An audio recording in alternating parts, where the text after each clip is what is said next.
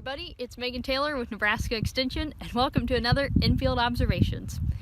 So it is a beautiful day here in Nebraska. We're officially out of fourth winter, and our soil temps are warming up quite steadily. So if you are in a high residue area, they were right around 42 to 43 this morning. If you were in a lower residue area, they're measuring about 46. So just for reference. So today we're going to talk about Burndown, and we're specifically going to really hit on the label. So with Burndown, if you're using a new product, make sure you check those tank mix partners. If you're using some new traits, double check that your herbicide program is going to match up with those new traits you're using.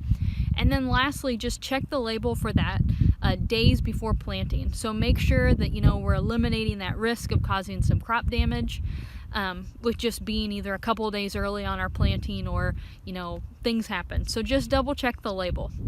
And especially if you're using a 2,4-D or a dicamba product for your Burndown, remember that those products for corn or soybeans, that some of them can have a 7 to 21 day before planting restriction. So make sure that you double check that before you get rolling too fast. So Aaron is going to take us through a part of the label, and so stay tuned for that, and we'll see you next time.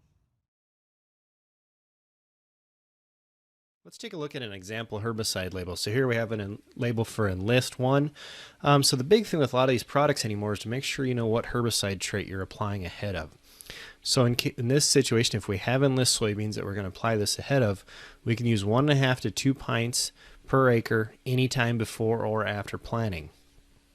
At the same time, if we were to use the same product with a soybean that does not contain the Enlist trait, now we can apply 1 pint per acre no less than 15 days prior to planting soybeans.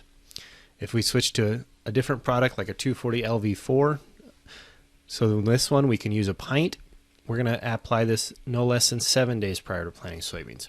So make sure to go to the use directions for individual crops, see what this pre-plant restrictions are, and make sure you follow those.